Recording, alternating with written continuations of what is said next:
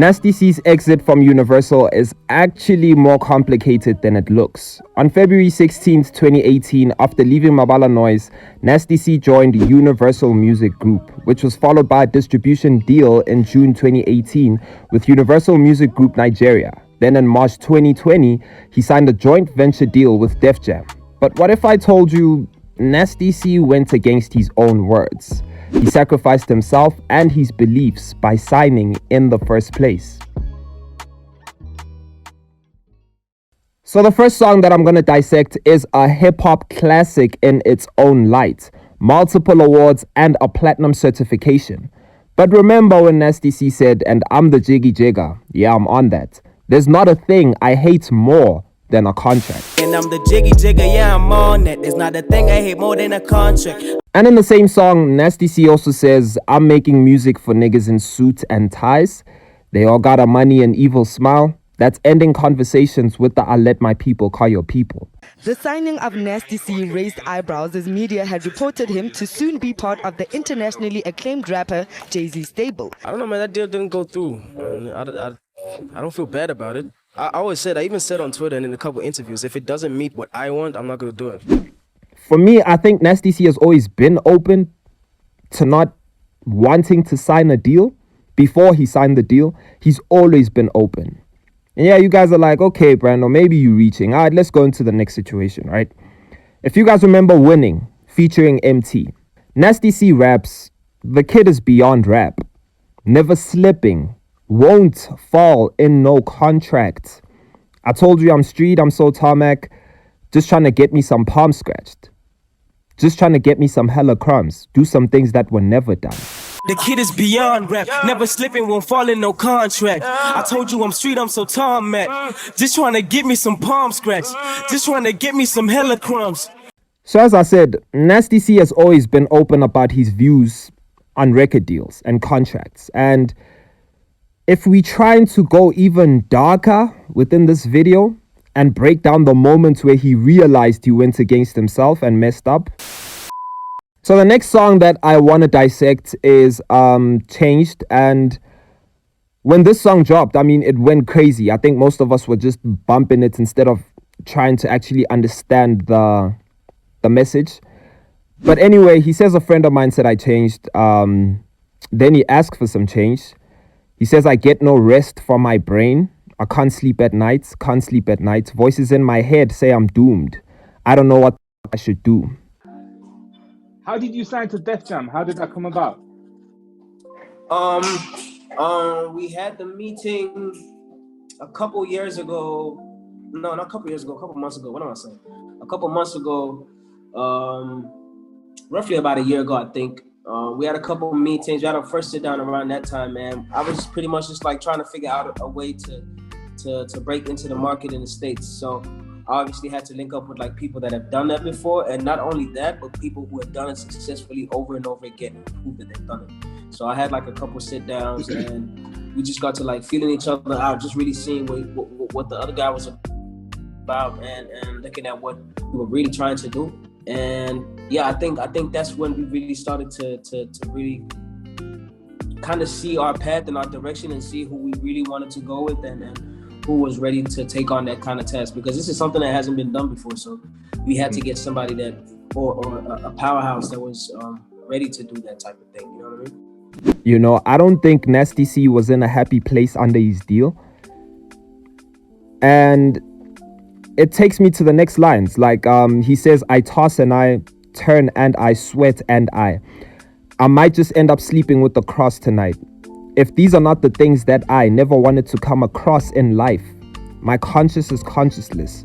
Contradiction contradicting. I'm the victim, but I count the blisters when I count the blessings." So then he adds, "All these chains dangling on me. I am materialistic, and I will admit it's got a hangling on me. I didn't really listen when the preacher said it's got a strangling on me. I owe my soul some cleansing. If it come up missing, I'ma put the blame on it. I don't make friends, I make business partners now. It's all about what's in their pockets now." Where I come from, if you even say that you're gonna be as big as Drake or Slick Rick or whatever. People look at you like you're stupid. You know what I mean? But now, like teaming up with them, it feels like something that's actually gonna happen. I really think that something changed within Nasty C from that song. And I don't want to insinuate anything, right? I don't want to speak about other things, right, that I don't know anything about. But what I can say is that both Universal and Nasty C didn't get what they both expected from the deal. Universal thought they were signing Africa's next big thing, right? An artist they could take global, and Nasty C was attracted by that. You know, they both thought they could make him an international star, but that didn't quite work out the way it should have.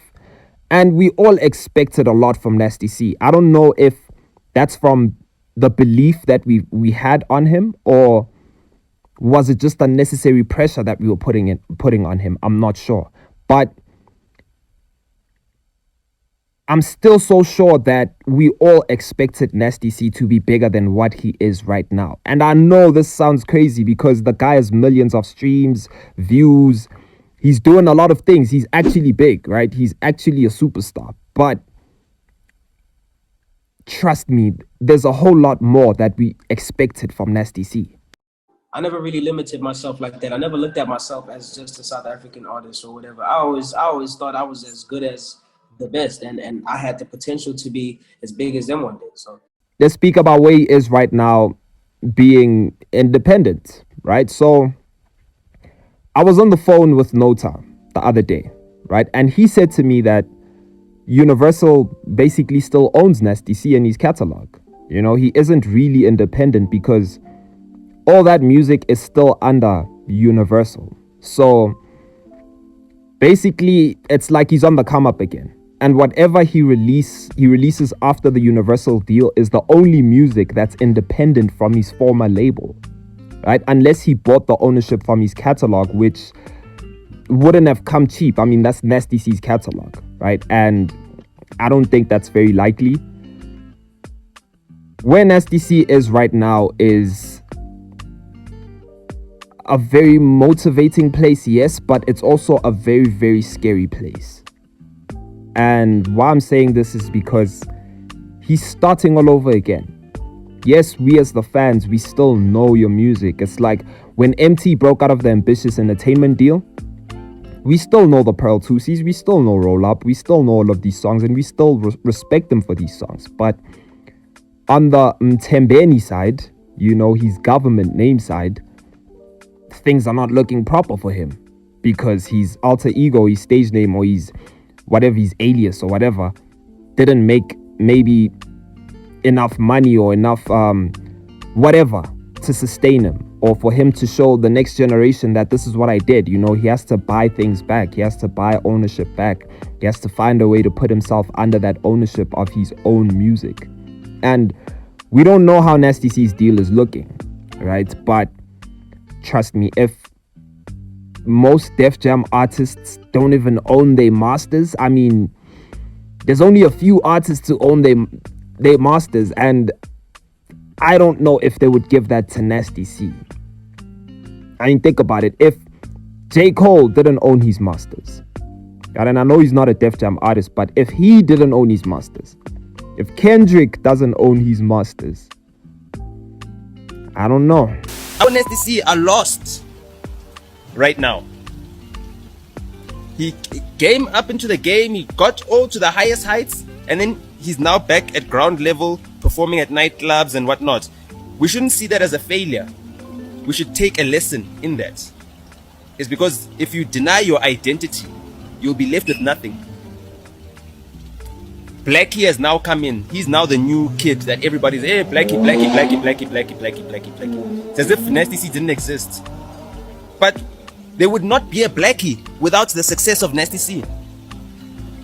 If Nasty C was not successful in what he was doing, Blackie wouldn't have had proof of concept. So we cannot create a situation where Blackie will now, 2 years from now, look at Nasty C and say, you are lame. Because that's what we did with Zola. And then look what happened after that. Then the kids that came after that did not see him as someone they could look up to. So I really think Nasty C went against himself, he went against his own beliefs, and he went against his own dreams. And this wasn't going to work in the first place.